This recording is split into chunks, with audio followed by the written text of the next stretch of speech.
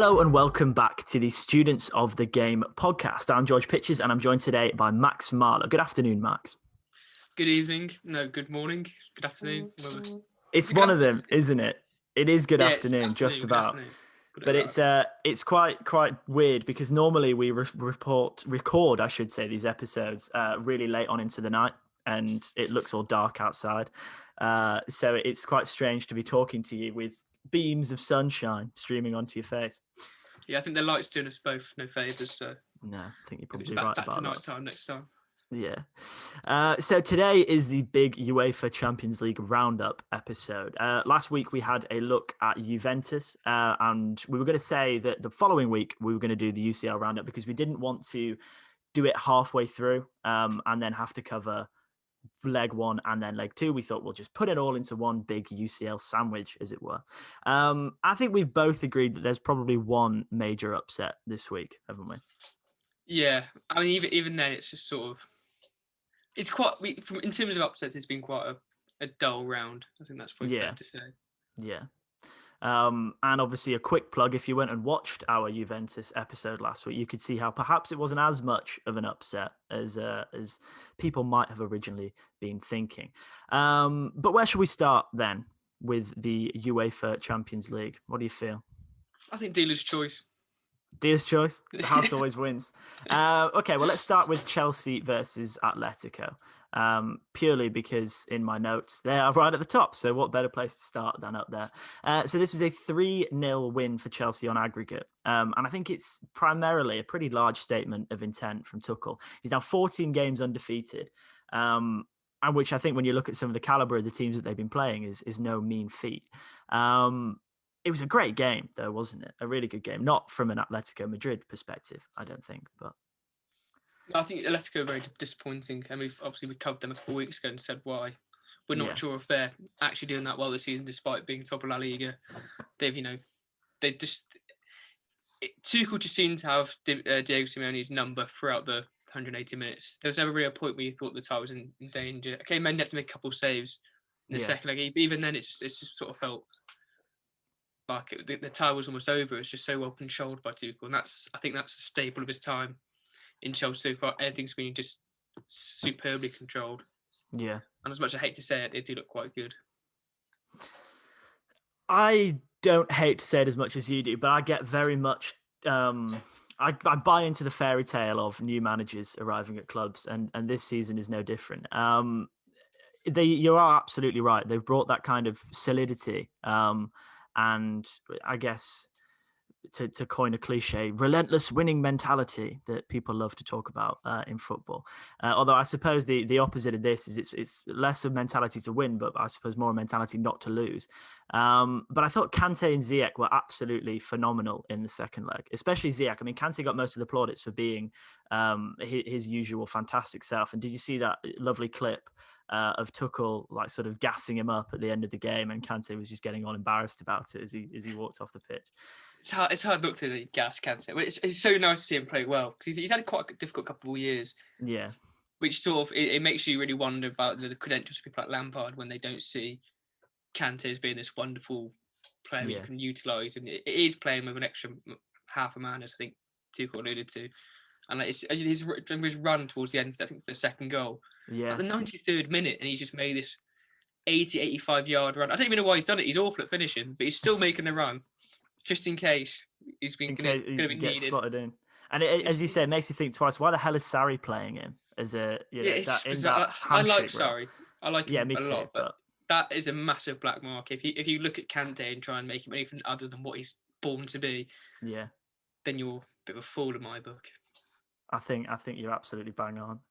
But I want to highlight Ziyech in particular because similarly to Kante, this is obviously his first season at Chelsea. And was he injured at the start, or have I made that up? He had some injury problems, but at the same time, I think it's such a weird sort of attack of Chelsea's because it's like 6 or 7, maybe 8 players of a very similar level. It's not like you don't look at their attacking options and say there's like a couple standout players. Obviously, maybe look at Mount and say that's for different reasons. That's more for his different qualities. But in terms of technical ability, there's like a group of players that could all stake a claim to say, look, I deserve to be playing. And I think it's going to be tough for Ziyech to keep other players out. But if he plays like he did against Atletico in the second leg, I think he'll have every chance of becoming more influential. I think. Sorry, go on. Well, he's at a weird age as well. It's not like he's because the rest of them are quite young comparatively, but I think he's 27 going on 28. That's not exactly. He can't just take a year or two to sort of get himself going. He has to hit the floor running, otherwise it's just gonna.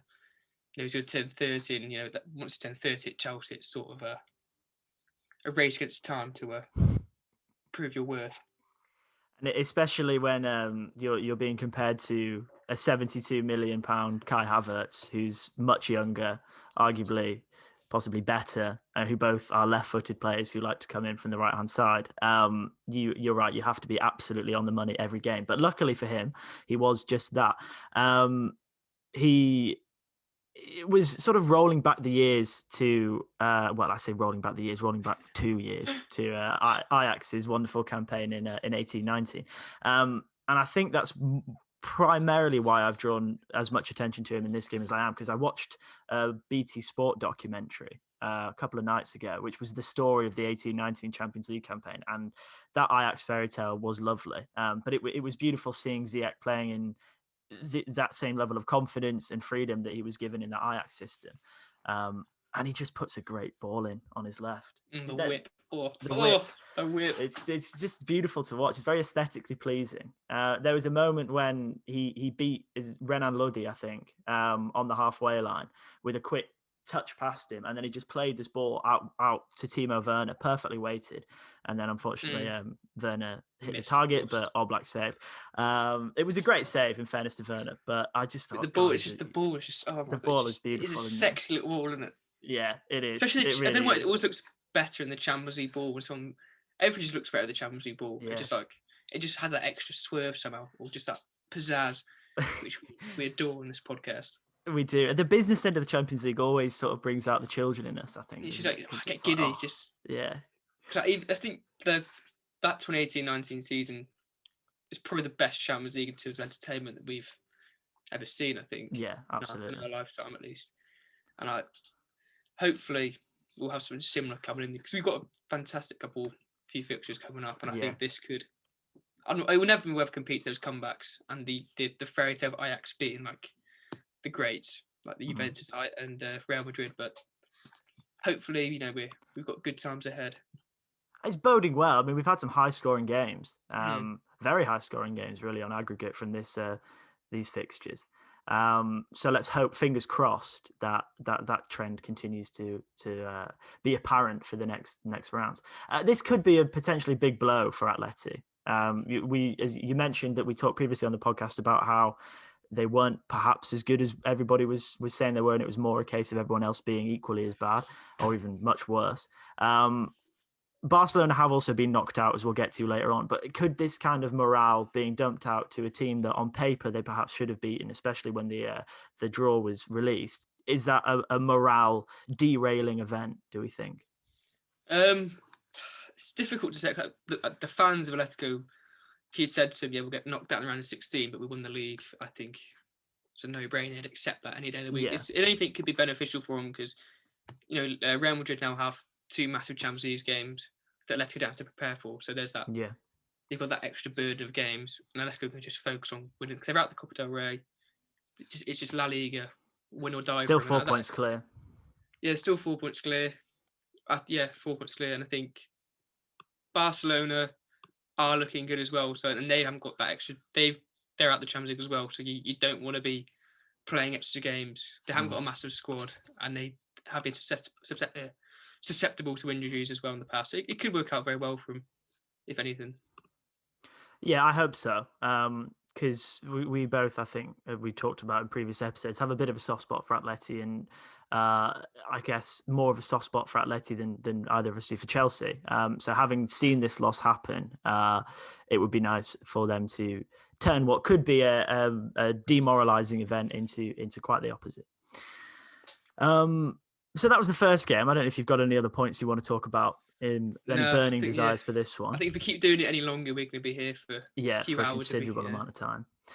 So Juventus Porto are next up on the list. 4-4 on aggregate. This is probably the standout game, I think, of the ties. Porto won on away goals. We talked about the early job misery for Andrea Pirlo last week, and this will only have confounded that. Now, this is the sort of performance around a 16 exit that got Maurizio Sarri sacked, and Sarri had also won a Scudetto in his season. So, are we talking about nails in coffins at this period of time, do we think? So difficult to say. I mean, they haven't exactly responded well. They have, they've fumbled further in Serie A. Yeah. And they won the next game against Cagliari 3-1, and then they've since lost to Benevento, mighty Benevento, since then. So it's none of it's looking very good at the minute. But I don't want to see Pirlo sacked. As we've established, he's very cool. Yeah, cool exactly. people obviously deserve more time in jobs than people who aren't cool. So that's exactly. It's the one leading metric of employment. Is how cool exactly. It's coolness. It's that high school sort of jungle. That's what it is. That's what it should be like in management. Now, this is obviously a fantastic win for Porto. And each season has its underdog, the aforementioned 18-19 Ajax.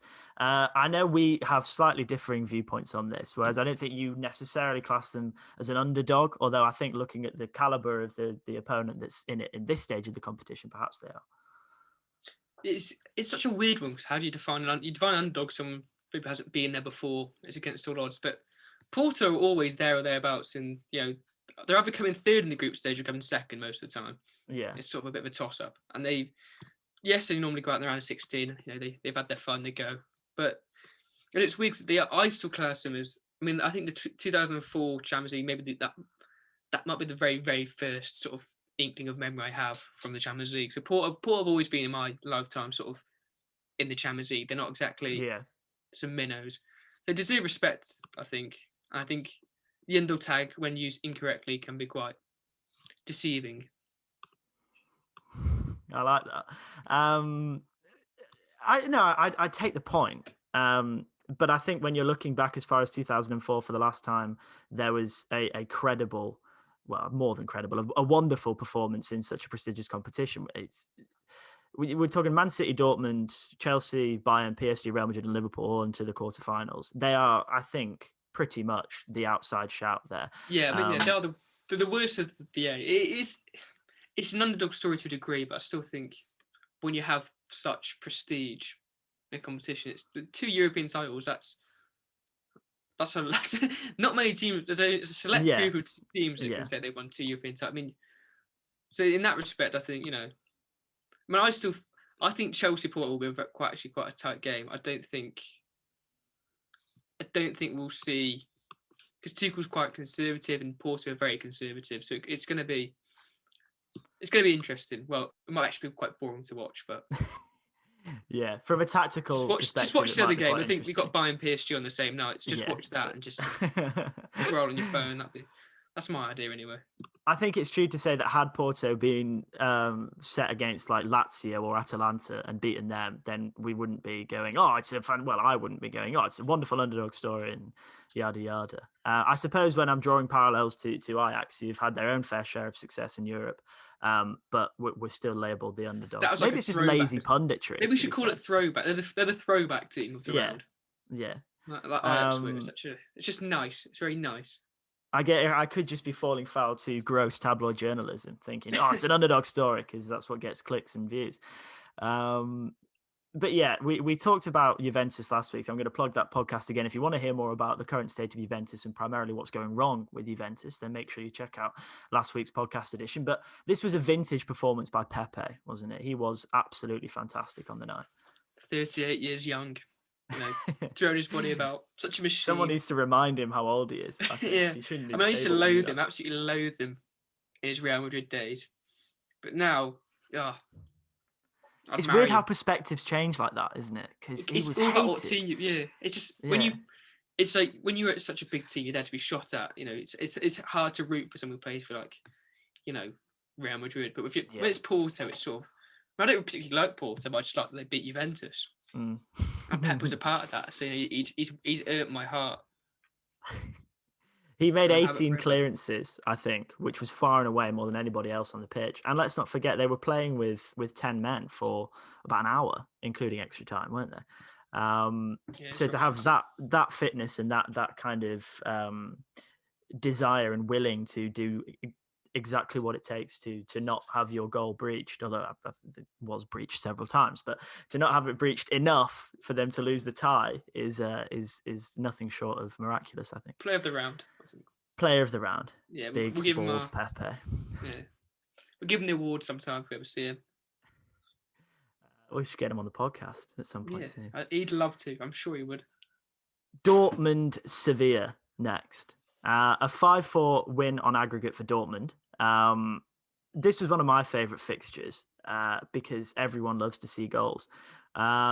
And I've put here, Haaland isn't human, which is, I suppose, buying into that kind of lazy tabloid punditry that I am so enamored with. But he was fantastic in this tie, wasn't it? And I think this is becoming sort of an audition for which super club he's going to end up at the end of the season.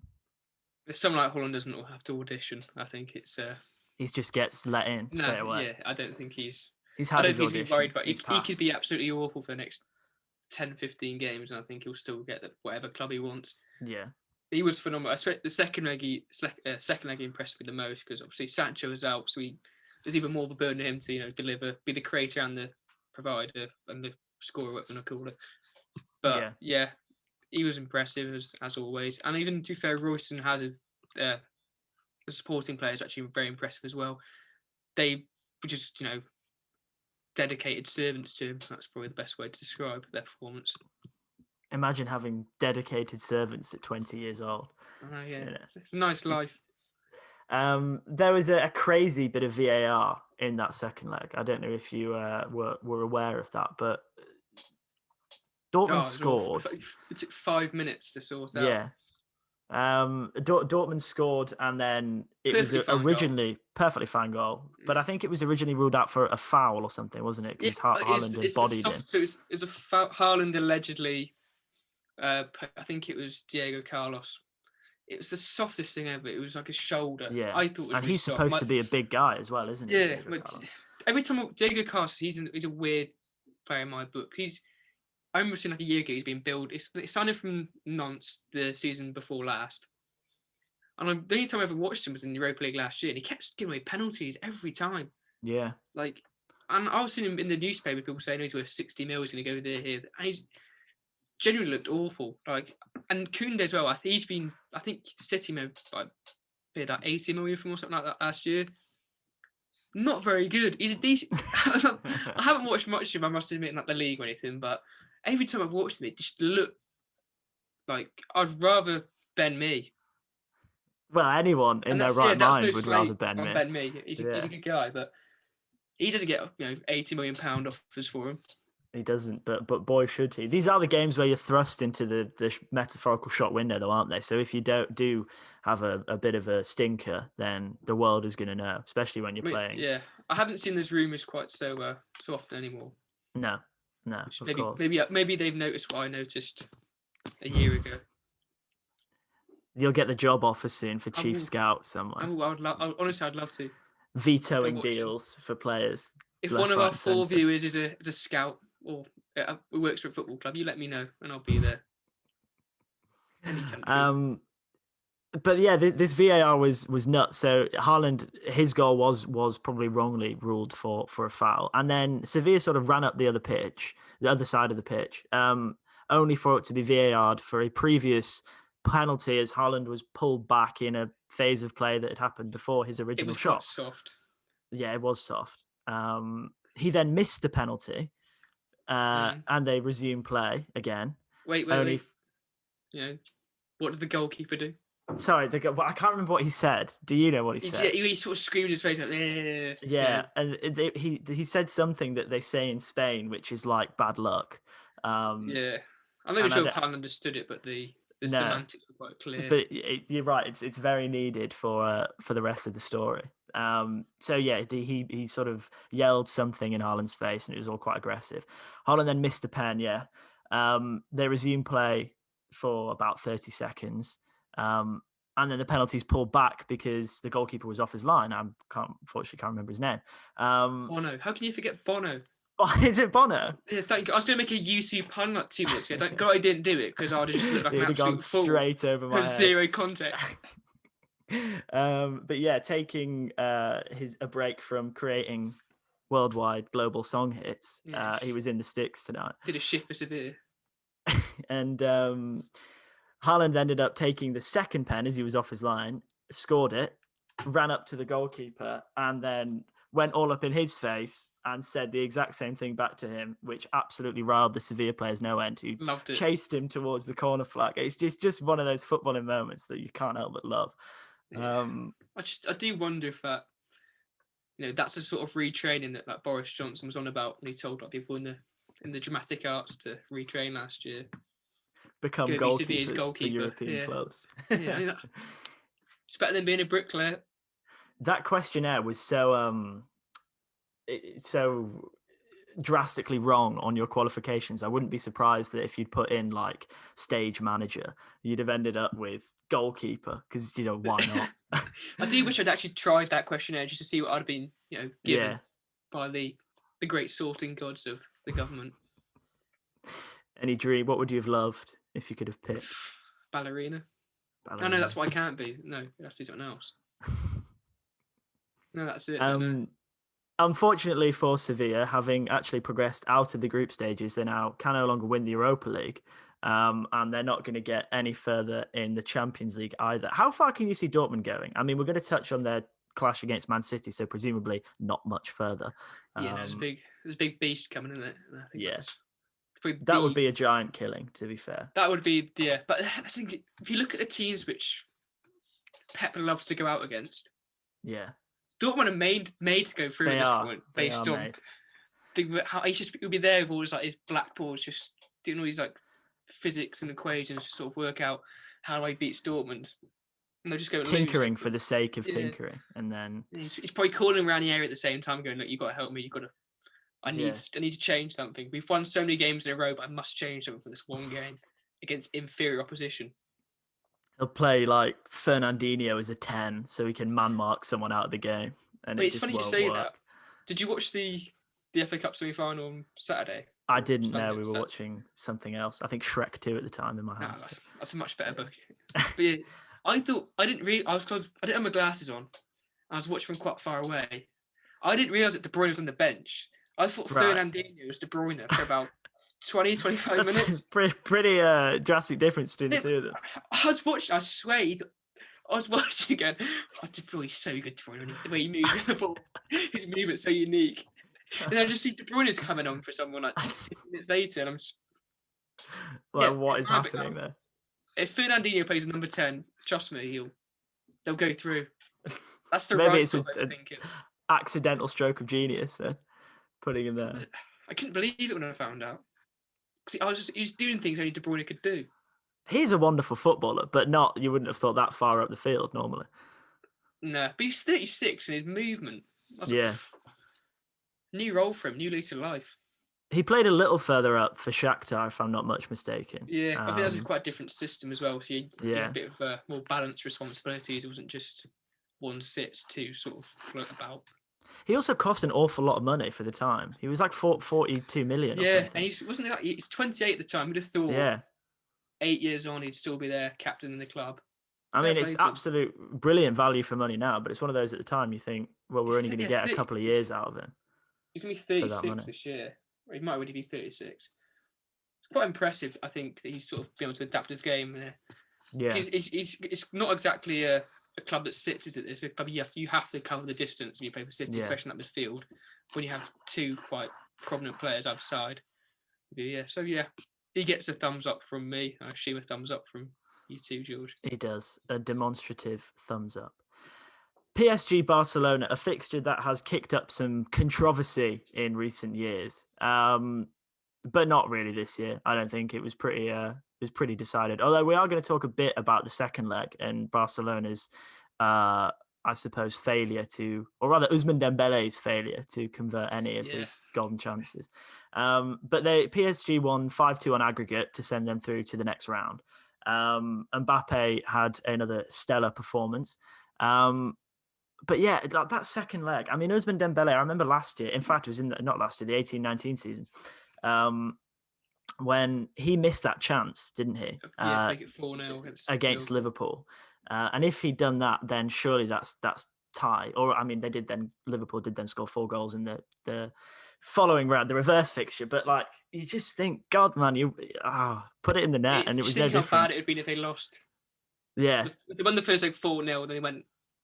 I don't know. Imagine if they went from 4-0 up in the first leg to losing 4-0 again. They wouldn't. I can't imagine if it went 4-0 down the second leg that Barcelona would have got a spine and sort of pulled it around. Yeah, I suppose that's true. But there were several moments in this second leg where Barcelona, like, they could have easily scored 5 goals in the first half, and it just wasn't their night. And it was what? Navas played well, I thought, in goal. Yeah, he did. He was excellent. He's a weirdly underrated keeper. Yeah. Even I still underrate him now, and I sort of take a moment to think. Actually, look at his credentials. Yeah, he's not done too badly. But this tie, it's a weird one because throughout the 4 halves, you'd say they were very evenly matched. Well, no, to be fair, Barcelona, the first half of the first leg, it was very even. In the second half, PSG just took it away from them. Yeah. Barcelona couldn't really get a foothold back. And that first half in particular, the second leg, it was like vintage Barcelona. It was very Messi led. Obviously, he did miss the penalty in the which could have been crucial. Half. Yeah, who knows what would have happened? But I'm not going to criticise him because I love him. So he's just got impunity in your head. Yeah, he does. You can't say a word again. Even though he's got quite an average penalty record, and the other power should know better. That give it to. I was going to say Griezmann, but he always misses penalties. Yeah, he loves hitting the crossbar, doesn't he? Give it to Piqué. He probably did it once. Scored. Yeah. Piqué. But I think that's just pure football, and I suppose pure Champions League. The fact that you can lose a 180-minute tie in a period of half an hour in one of the games, and it can come down to how dominant PSG were in that second half of the first leg. But it's a shame seeing Barcelona go out, especially because they'd managed to almost turn around what was a dreadful, dreadful start to the season. We talked about they're now 4 points now. Sorry, they are now 4 points behind Atletico Madrid in the league, but they're not the sort of fans that will settle for going out in the round of 16 so they can make a push for the title, are they? No, but I think there's an understanding that things should have been. When this draw came out, I think there's been a lot of Barcelona fans with the 8-2 to Bayern Munich in their minds. Seeing how Barca had been playing that season, you could fear the worst, definitely. Yeah. So I think, given how things have gone, there's been a massively turbulent season for them. New president. I don't think there'll be too much issues with the fans in terms of, even if they come out second, if they keep Messi, they'll be happy. Yeah, I think that's probably true. And I'm optimistic that will happen now. Admittedly, did you think it was ever in doubt? And perhaps I think you'll be more in tune with the situation than I am. But it was certainly in doubt last summer, and it's still to a degree in doubt at the minute. But I don't see how PSG can pay the money to get him. They'd have to ask him to have to work for less money. If he's going to work for less money, I think he'll just stay at Barcelona. Yeah. I can't see City going and spending the money because I just think they'll just try and sign someone like Haaland instead, which makes more sense. And I think as well, Pep Guardiola, he's a member of Barcelona Football Club. I think still I don't think he couldn't be the man that takes Messi away from Great Barcelona. Point. If you're a massive Barcelona, how on earth can you try and prize away? Messi would have to very strongly convince Pep that it's his decision. He's going to leave to go somewhere. I'd like to be with you if that happens. But other than that, I just don't see it. I think Laporta seems like he's crafty, but maybe that's a good thing at the minute. It's probably what they need. Anyone that isn't a criminal, I think, or is that slander? Probably not allowed to say that. Well, he did get arrested, to be fair. We can't even work out who's a criminal anymore at this point at Barcelona. Someone is, somewhere. Yeah. But we don't know their name. And on that libelous note, let's move on to Real Madrid versus Atalanta. A fixture that we had touted as being, I don't know, another footballing fairy tale. We've talked a little bit about Atalanta, I think, for the last couple of weeks, and primarily your undying love for them. So presumably that 4-1 Real Madrid aggregate win was like a stone cold dagger through the heart. Well, to be honest, I'm falling out of love with Atlanta a little bit. What was it? Just love for Papa Gomez? Papa Gomez is gone. They're not playing that exciting football anymore. I thought they were quite. Second, I thought they played all right for the first 10, 15 minutes against Real Madrid. But they just, I don't know, they didn't have the same sort of element of fun that they used to have for the past year, 2 years. So yeah, that was disappointing. And Real Madrid winning. There's nothing worse than just watching a game at a training ground stadium. Yeah, what is that about? Because nothing was fun about that game. Is it to do with coronavirus restrictions? So basically, the Bernabeu's undergoing renovations. They decided it was meant to go like during the off seasons and stuff, but I think Florentino Perez managed to get special permission to use their training ground rather than use it. So they can just use. They can Again, I think it's a bit dodgy with that because I think maybe like a year ago, an Atletico supporting friend of mine tweeted something suggesting there was some illegal things going on behind why they're allowed to do it. But I digress. But yeah, it was like watching a training match, especially with the absence of fans and the size of the stadium that they were in. But nevertheless, Real Madrid didn't let the occasion or the location put any kind of moderate party out. They did look fairly comfortable. Benzema's having a quietly successful season. So he scored some pretty important goals during this campaign. And I think he got scored in both legs, didn't he? He rescued the late win, I believe, in the first leg, or have I completely made that up? No, that was Mendy, the left back. So I have completely made it. No, it was against Atletico Madrid the week before, wasn't it? In the derby that he scored the late goal. I think that's why I'm getting confused. But he scored in this second leg for sure. And I think Asensio and somebody else who I can't quite remember off the top of my head. Ramos penalty. Okay. That was what happened. But Muriel's free kick I thought was really interesting. That was cool. It was very cool. I expected there'd be some imitators like the weekend afterwards. At that. I was very disappointed there wasn't. I was hoping to be like a few comical attempts to recreate it, going like terribly wrong, but that didn't happen. Hit into the back of the head of one of their own players, or gets concussed. He's out the game for. But no, it didn't happen. That was disappointing. For those of you that have not seen it, essentially the routine that they were going for was to have their own 3-man wall in front of the opposition wall, slightly to the side, to block the goalkeeper's view. And then as Muriel took the shot, the 3 men ran forward to just completely obscure what Courtois could have seen. And then luckily he scored, because none of that works if then he blazes it over by like you got a hand to it, didn't you? Yeah. I was quite impressed he got a hand to it. Yeah. But this show maybe it's, I just want it to be recreated. That's my dream now.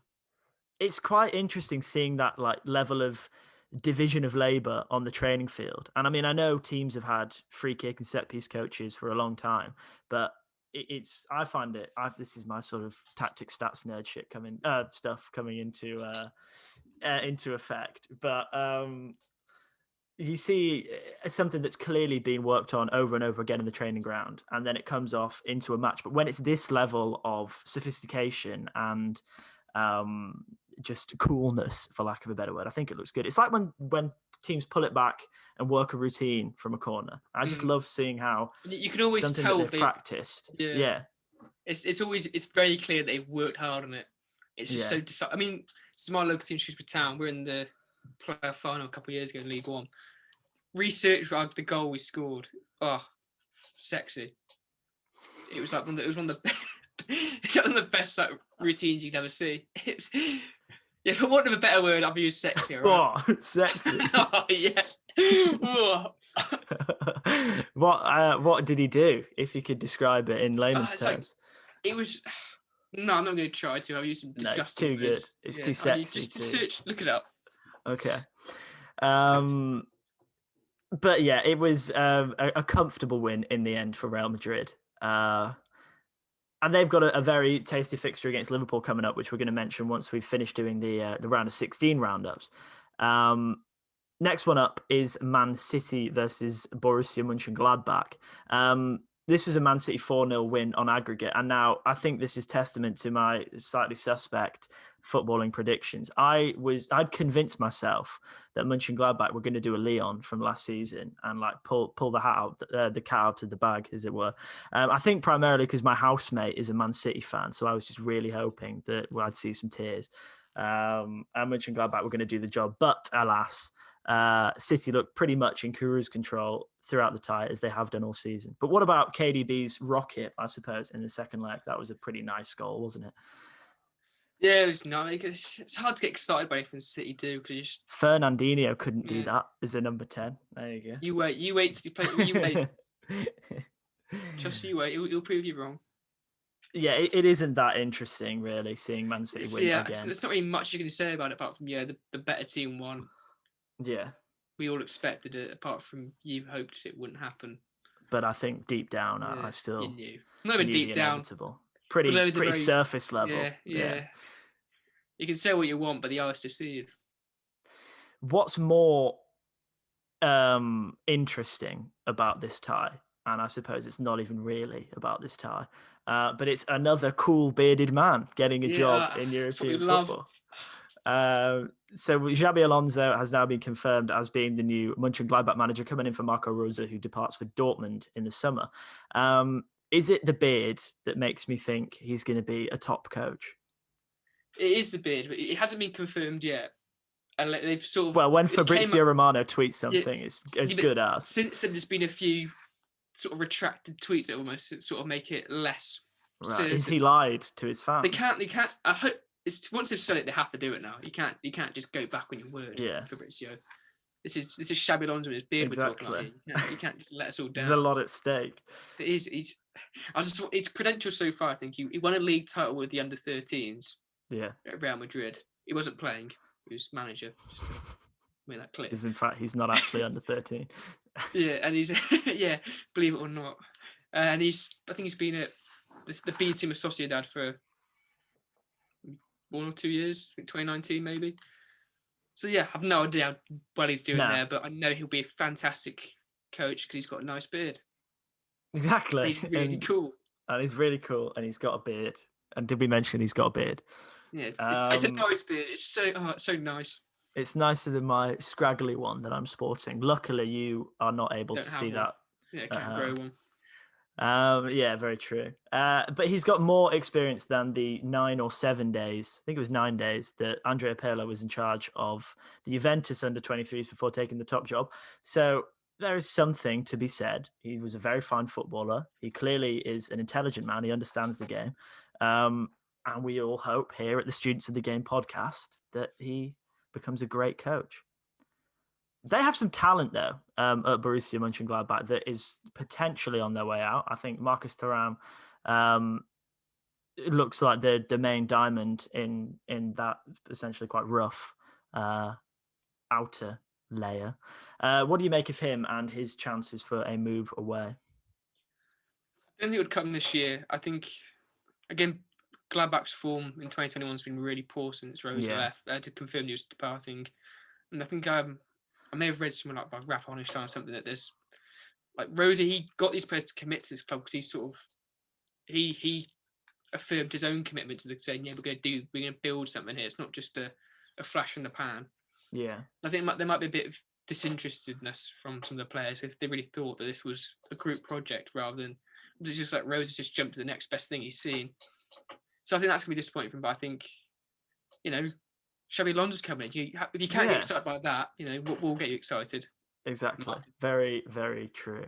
But it must be quite hurtful for a player when you believe so much in the qualities and the vision of your leader, who then jumps ship at almost the earliest possible opportunity. But anyway, we will lay off Marco Rosa for a little bit because Xabi Alonso's coming in. He's cool and he's got a beard. Seconded. The final match of the round of 16 was Bayern Munich versus Lazio. And I think this was another that's never really in doubt. I mean, that's the shame of the round of 16, really, isn't it? Most of this is just never There's always really a in doubt. gulf, really. At least Yeah. half the fixtures, there's a massive gulf between the two teams. And It's this is still just more entertaining than the group stages, yeah. mine. But This is Gladbach City 2.0. This is the yeah, less it said about really it, the is. better. Apart from Choupo-Moting scored, which just is great to see. And I saw a pig flying outside as well Yeah. as Choupo-Moting scored. I mean, maybe Musiala scoring that might be quite interesting. It's one of the best things I've ever seen. So that was the first night that like, the English press really took a hold of Musiala. Like, oh yeah, literally straight away afterwards, then English Musiala scores for Bayern Munich. The very next day, he's like, I'm German. On Twitter, yeah, Musiala confirms he will play for Germany. I thought I'd love it. He waited to the right moment. I thought, yeah, now I'm gonna do it. Yeah, big hats off to him. So is he the youngest ever UCL goal scorer? I'm gonna say no, but I don't know.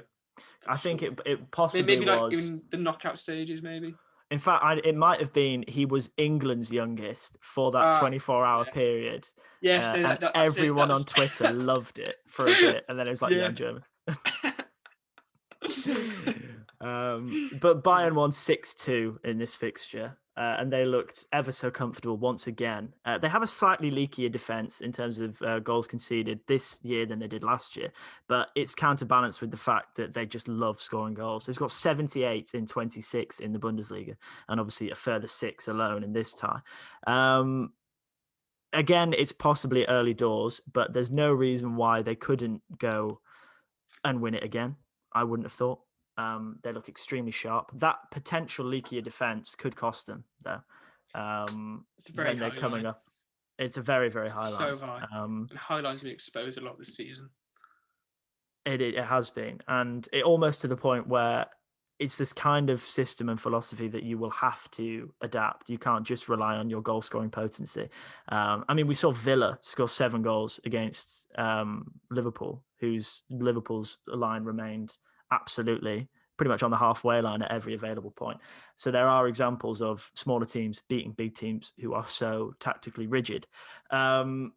Do you think they could go all the way? I know it's a fairly arbitrary question, but that's what I'd love to ask you on this podcast. Well, they're on the tough side of the draw, as we'll allude to later. So they'll fancy themselves. You know, they are the champions of Europe. You'll always back yourself in that situation, but I wouldn't put my money on them because I'm concerned it's going to be City to win it. But I'll just sum up the COVID era really. It would do, wouldn't it? City win a quadruple. There's no fans there, which is probably adequate for City. Lewandowski keeps getting better, which is in itself quite baffling. He's got 35 goals in the Bundesliga. I don't know how many off the top of my head he's scored in the Champions League so far this season. But if he can stay fit, he's just a good player, isn't he? He's a very fine player, is Robert. It's a shame he doesn't leave TikTok. I don't have TikTok, but I've just seen some things have filtered through to Twitter, and it's I don't like what I've seen. It's odd, isn't it? It's really weird. I can't separate the dancer from the goal machine. It's just sort of they're sentient with each other. Yeah, they're just no. It's ruined it for me. That's probably why I didn't get the Ballon d'Or last year. They saw it and thought, no, not a chance. Yeah, they're not a fan of his TikToks, but I mean, in fairness, his TikToks are nothing if not odd. So that wraps up the round of 16 review. After the break, we're going to be talking about the quarterfinal draw and also the quarterfinal draw for the Europa League, because when we like to give time to the little people as well on this podcast. So we'll see you after the break.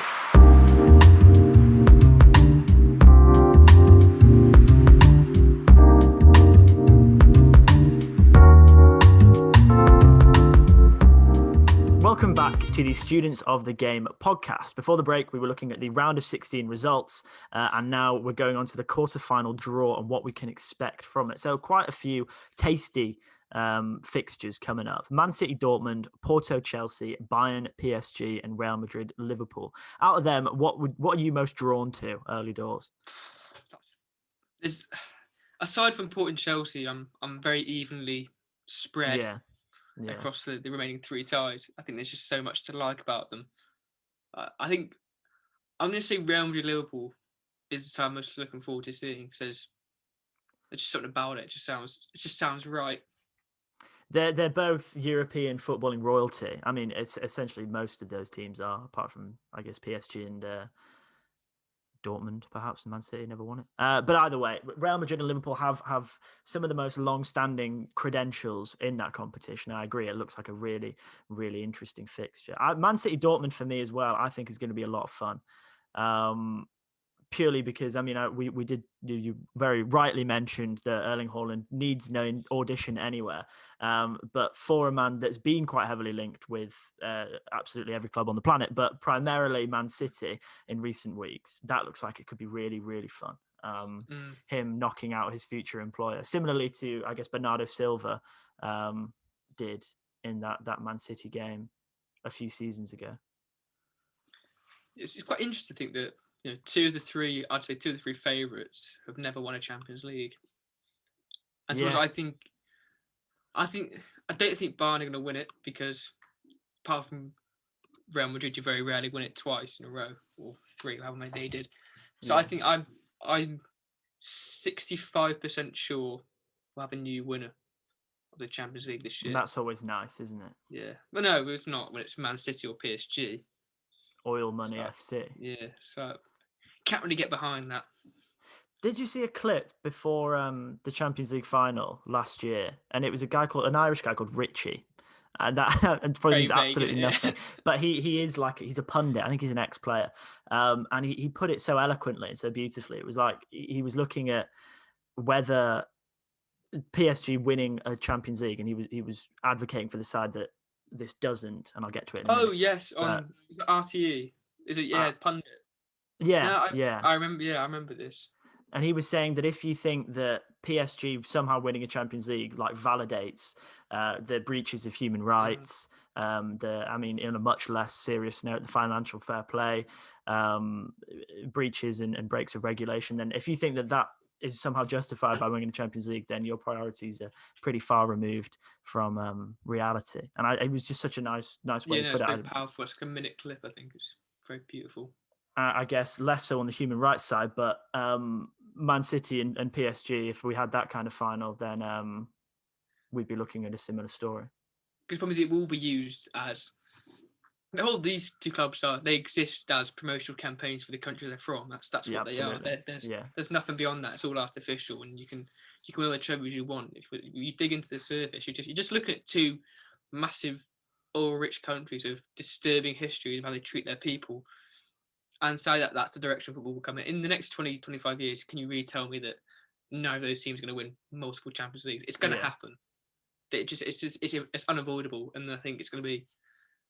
I think football has to really look at. I think would you be comfortable devoting? I mean, we both devote disgusting amounts of time to football and watching football. Would you feel comfortable doing that if those are the two teams which dominate the sport? We talk a lot about. Sort of jokingly about teams like Real Madrid, Bayern Munich, whether we loathe them, but anything they've done in the past will never compare to some of the damage being done by the big wigs at those two clubs. Very nicely put. I mean, it's sports washing in its most pure and unadulterated form, I suppose, isn't it? You rightly say that they're using the success of a football team to somehow validate the actions of an institution that have been accused of anything from torturing journalists to mass abuses of human rights. It is a shame that that's the direction in which football is going. I think massively understated. But that is the reality at the moment. I think the PSG owner said he'd rather spend, something like 10 times more on legal fees than he would pay a fine to UEFA. And that's just talking about the financial fair play regulation. So you can see if that's their attitude towards how they handle their money, then it doesn't take a genius to work out the kind of attitudes they have to how they handle breaches of human rights in their domestic countries, or rather in the domestic countries of their owners, I should say. So the Qatar World Cup will be fun next year, won't it? That'll be some joy. It's just a laughable affair, isn't it? I feel. It's going to get worse and worse. Yes, and worse. What a cheery view of future footballing. But yeah, so I think that's presumably why you look at Real Madrid versus Liverpool and think that's the one that I'm most excited for. Yeah, I mean, It's not like these that, clubs don't have history of doing wrong, but not on there's the same level. it's slightly less impure than. I mean, you can even look at the Chelsea Porto game and think, well, Roman Abramovich is not exactly, one of life's nice guys. Yeah. So that's yeah. That's probably the only fixture you can look at. Even though as you can't look at that, I still think Perez is a bit of a. Yeah, I was going to mention Perez. I probably can't really say that either, can I? But no, we'll have lawsuits being thrown left, right, and centre at us for this particular more edition. lawsuits and viewers. Just the way we like it. But I think on a more purely footballing basis, and I know it's sometimes hard to remove the reality from the rest of the situation, but Bayern PSG is a fun fixture in that one of those finalists from last year will now be not making it any further than the quarterfinal. And Bayern PSG, I should say. I almost got confused as to who Kingsley Coman actually plays for again then.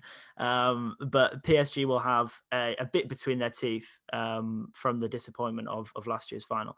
And I guess from my love for Pochettino's side, I think it will be fun for him to see him progress. But I think everyone who is sort of remotely politically and football-y aware would want Bayern Munich to come through that tie. Yeah, I think. So we're going to do predictions on this. Are we going to put our necks on the line? Or are we going to? Yeah, I mean, I'm not going to go down as far as goals scored, but I'll be happy to put my name next to a potential winner of the tie. So, what do you think? Man City, Dortmund. Might have to go. I want Dortmund to go through, but City always definitely going to go through. Porto, Chelsea. Porto. I'm looking at City, Porto doing a job with Chelsea. I don't think Porto will go. I think Chelsea will take that one. Bayern, PSG. That's.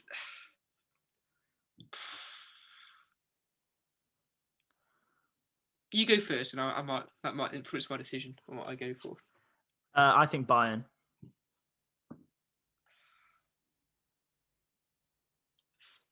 Yeah, I'll go Bayern as well. My outside shout is that I think Bayern will quite comfortably win that game. But yeah, I'll stick with just Bayern for now. I don't want to ruin any kind of credibility too hard. Real Madrid, Liverpool. I think this is perhaps one of the harder ones to predict. Again, Liverpool, I think. Real Madrid. Ooh, although Gini Wijnaldum did say, and I don't know how much this means, but he said that everyone in the Liverpool hierarchy is now seeing the Champions League as the one sort of shining light to save their season. So I wouldn't be surprised if all of their attentions are diverted any more so than they have to do it. They have to. I mean, it's the most likely route into the Champions League. It's how astonishing is that? Yeah, it's remarkable. But they could. It's not that hard. It's not unforeseen for them to at least get to the final. I'm not sure they'd beat a Man City or Bayern Munich, but that side of the draw is quite. Yeah, it's a cheat. Like they've beaten Chelsea already this season. They normally beat Porto en route to final, so that's a given. And Real Madrid aren't the Real Madrid they used to be. Atlanta didn't really test them in the previous round. I still see no reason to think that Real Madrid are back there. They've got some special. Modric is 36. He's still playing well, but I still think if you get after their midfield, you'll stop them playing. Especially with the famed industrial-esque midfield that Liverpool are liking to or have been known for playing. They are changing philosophy ever so slightly with more of a four-man midfield and Shaqiri dropping back in recent games. Although I don't see when you play a Real Madrid that you think, I'm just going to put Shaqiri He's gone back to old ways, isn't he, with Fabinho going back into midfield, which has been glaringly obvious for so long. I think that completely changes. I mean, Gini Wijnaldum, Fabinho and Thiago as a midfield three works far better than putting someone not of the same sort of physical quality. Curtis Jones. In there. Yeah. I think Curtis Jones is a great player, but I just don't think it works as a trio like that. One of Thiago and Curtis Jones has to play, but not two. Yeah. No, I agree, and I do think it would. I do think Real Madrid. But I think only ever so slightly, and I'd love to see Liverpool win that one. but yeah, very, very exciting games of football to look forward to. And it's not even that far away either. It's what is it, the 8th of March or something, the 7th of March? Sorry, April. 6th of April is the 6th of first April. 2 and the 7th. Yeah. And 13th, 14th. So lots of exciting football. And this is where it gets really. This is where it gets good. Yeah. This is where it's this is the fun. The Europa League, the pinnacle of sporting achievement. Where to start with the Europa League beyond Tottenham Hotspur, really? Yeah, maybe a sour note with the Slavia Prague. Yeah, I suppose we should preface all of this by saying we don't know entirely what's going to happen with Slavia Prague following their disgusting racial abuse. And it's one of those moments in football where I think the whole footballing world sits back and reflects upon what are the real priorities. And it's been excellent to see the level of coverage that this particular story has got and the level of solidarity that has arisen as a result of what is, just a disgusting act of disgustingness. I felt that was going all right until that end part then. But yeah, I don't know if you've got anything else you want to say about that. No, it's there's a fact that's happened numerous occasions before, and I'll be honest, I was ignorant. I had no idea. I had no information to previously say that Slavia Prague's had run-ins like this, but it's happening again, and obviously we can't say for 100% that he's guilty, but in my opinion, it definitely looks like he's guilty. I've seen the clip of what that hit. He must have said something. It's clear as day, and then the way they responded to it that's the worst part of it. The way the clubs come out and basically tried to claim that he suffered physical abuse afterwards, and there's no racial abuse or whatever. That was horrific. Then you see the banners made by the Slavia Prague fan, which was just disgusting. And obviously, when you're on social media, you're going to see stuff you don't want to really see. And I think Glenn might put up a really nice. I think maybe his lawyer or something like that put something up, and he's got in the replying to it just so many just like Slavia Prague fans just commenting stupid stuff, which is like. It just shows you how far the game's got to go before it still eradicates any of this. It's still nowhere near where it should be. I mean, you think that you make 2 strides forward, or rather 1 stride forward and then 2 strides backwards. If the scenes that we're seeing, especially in the Premier League with the no room to racism, stand up to racism campaigns, you think that these initiatives have some kind of tangible effect on people's views and people's values. And then I appreciate that was very English centric, and we're talking about a Czech team here, but it's a global sport. And these social media is global as well. It's social media is totally global. I mean, as you say, you've just talked about how following on from, I guess, I don't know, it's where does it end? Like, what if you want to then go and comment on a footballer's social media posts after he's received alleged, but primarily probably true, racial abuse from one of your own players? What a kind of person do you have to be to then go and think, in light of all that, I'm now going to go and double down on those takes? Well, you have to be a racist, don't you? It's pure and simple. Like, I don't know. You even say it's 2 steps forward, 3 steps.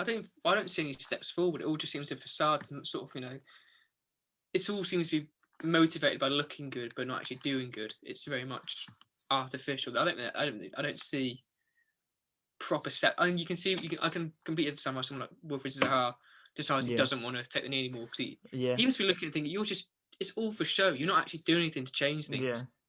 You're trying to make yourself look.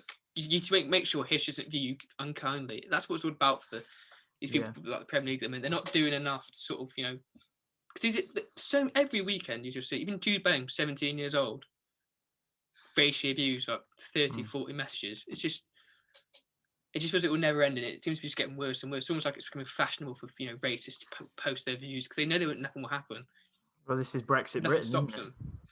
It's sad. It's even bigger than that. It seems to be more. It just seems across the entire social media community. It's just nasty. I think the impunity that social media users have at the moment needs to absolutely change with imminence.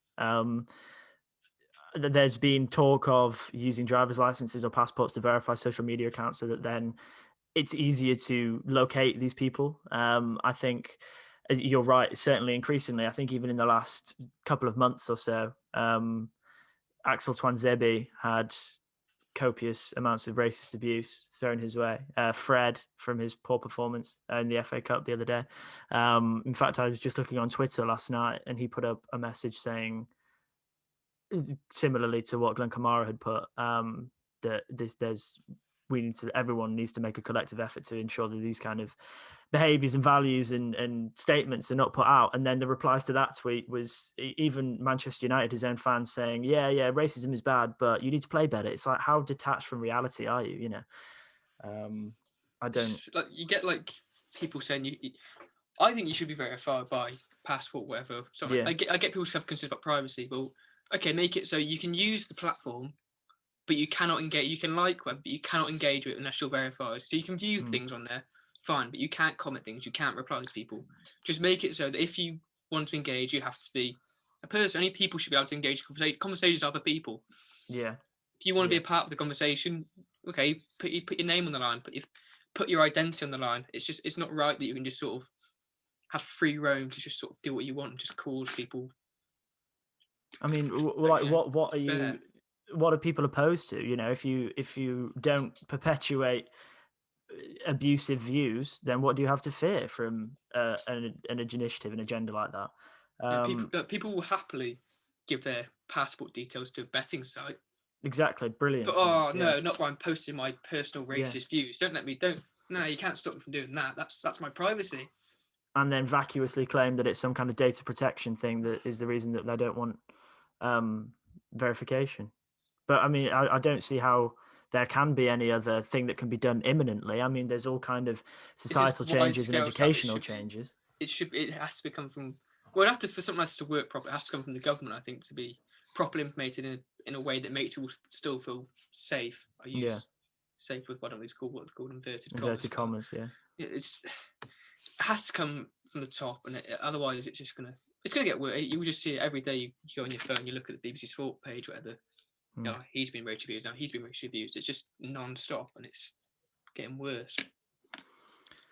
And of course, we're under no illusions to find any of the answers to these pressing and very, very complex issues on this particular podcast. But I think if anyone, even if we don't get a lot of viewers, but if you are listening to this, then evaluate. And I'm not accusing anyone of racism, but I think we all need to evaluate the way that we respond to these things that we see in the news, and the way that we sometimes delegitimize genuine concerns that players and people have. But anyway, let's move on to a more upbeat note by laughing at Tottenham, who lost 3-0 away, and they had a very embarrassing exit. It wasn't even 3-0 at home; it must have been away to Slavia Prague, of course. No, it wasn't. Who would Dinamo Zagreb. Dinamo Zagreb. God, it's been long. We've been recording for a while now. It has been disturbingly long. So Tottenham went out. Arsenal won, and they do really need to win the Europa League to save their season. I asked you before if you think that Arteta needs to win the Europa League in order to. In fact, no, I didn't. What was the question I asked you? I said, if he wins the Europa League and finishes 9th, is it a successful season? I think you made a great point about parallels to Klopp. Yeah, so Klopp's first season, he came 8th. They got to the Europa League final, they failed to win that. I still think for Arteta, this is. I think for me, it's an extension of his first season. How the first season when he was so inexperienced and he still had to go through like a pandemic and stuff. I don't think it's fair. He hasn't had a proper pre-season yet, despite being at the club. What, 15, 16 months? Yeah, very true. So I think. And that'd be 2 trophies. Well, 3 if you count the Community Shield. We weren't sure if we could count that. But yeah, that's 3 trophies in 2 seasons. That's the record books will, the history books will look kind on that. Yeah, they will. They will. We talk so often about Arsenal having a lack of a winning mentality. Winning 2 trophies, 2 fairly big trophies in those 2 years. That's can't be a bad Sounds thing. Pretty winning to me. Yeah. Yeah. And finally, Ajax and Roma, we wanted to briefly touch on that because it's another one of those fixtures that looks quite nice. Roma having, I think, a season that not quite what they well, they're doing all right. I think you were saying that they haven't been beating the sort of teams around them that they need to be to push themselves at the table, but they've not been Yeah. terrible. No, they're very good at beating the teams lower down, but as soon as they play in one of a similar ilk, and they lose. And because they're only what 3 points behind Napoli, but Napoli have got a game in hand. Yeah. So they're in fifth, so they're not far off where they would love to be. I wouldn't have, the start of the season, you wouldn't have made them favourites to come top four. You would have probably said Europa League places is probably where you should be. But it's just the fact that they've done so well against the smaller teams. And then when I don't know when you win against those small teams, it's never really looked upon as like that's something impressive. But you look at so many teams find it hard to find form. It's what they find it hard to break down teams like that. But they've managed to do that quite well. And it's just like they lost at Snap at the weekend, and it's just like every time you just know when they're going to play one of the bigger teams, it's going to end in tears for Smaldini and his henchmen. His band of merry men. Yeah. I think Ajax are looking in excellent form again under Erik ten Hag. I think they're 11 points clear with a game in hand in the Eredivisie. And they have loads of young and exciting talent coming through. I think the Europa League, to be fair, is an excellent competition for showcasing young players. And showcasing players outside. I mean, this is all European football, I suppose, but showcasing players outside of the top five leagues, top four leagues, whatever you want to say, that don't get the kind of recognition that they might do if they played in a bigger league. So I'm very excited to watch that Ajax game, primarily because I'm doing an Ajax football manager at the moment, and I want to see some of these young guys play in the flesh. But yeah, we shall see. There's plenty of exciting football. Go on. Who do we think is going to win the Europa League? Maybe Man United. They don't need to win it though. What's the point? It's just like I know that this is just a glorified pathway to the Champions League now, really. And let's get Ajax. I can understand why they want to win it because they're Ajax, but yeah, I think Roma and the Arsenal, they're the two teams that should be desperate to win it. I can't see Arsenal winning it. I really can't. Do you know what? I think no. Hang on, they've got quite an easier. Yeah, they do. The final because you can Ajax. Only one of Ajax and United can get to the final, and they're the two teams for me I'd look at and think they're the danger. But they just consistently made things hard for themselves. I mean, let's not forget Olympiacos from last year. Like they're not immune to. I mean, no team is, fair enough, but they're not immune to losing it, letting it slip on the big stage, if you can even call the Europa League a big stage. But that's a bit of a sly dig. Yeah, semi big stage. Yeah, mediocre stage. Yeah. If I had to bet Man United, I appreciate they don't have an awful lot to play for. They're probably not going to lose top four. They're going to get Champions League football anyway. But you know, United like to win trophies. They're synonymous with trophy getting, and I don't see that particularly changing. I think Solskjaer would like a trophy under his belt. He did allude to that in the week. I think he was sort of talking about, he needs trophies because that's what you're judged on at the end of the day. Yeah, rightly or wrongly. I'd go for Arsenal. I think they're going to win it this time, like fifth time lucky, whatever it is. An Arsenal United final would be fun. I do think Arsenal would win that because should it get to that? I think Arsenal, yeah. Yeah, I think I'd be more concerned than playing like Ajax. Yeah, I think that could be, even though United are a stronger team than Ajax in my opinion. I think that Ajax would pose different sort of questions. And whether Arteta has the answers to those questions is only a matter of time until we find out. Precisely. If they even both ever get there. But yeah, as we sort of alluded to before, we've been recording for an awful long time now. So I think we've covered about all the content we wanted to cover for this week. Lots of exciting football covered, lots of exciting football to look forward to. We are going to be looking at, I'm not entirely sure what the topic for next week is. So you're just going to have to tune in and find out then. We're not going to do international break, are we? We're not going to. No, I don't think national so. Teams. No, that'd be disgusting. I don't think England San Marino, for instance, is going to kick up any very. But what about Albania versus England on the Sunday afterwards? What a double-headed that is. I don't even know what the triple part is yet. I'm sure that'd be exciting. But we need something to look forward to just to tide us over to June the 21st in this country. But anyway, thank you very much for listening to the Students of the Game UCL Roundup podcast edition. Thank you, Max, for sitting down with me for the last few hours and debating and talking all things football. Pleasure as always. And we're looking forward to seeing you in the next episode of the Students of the Game podcast.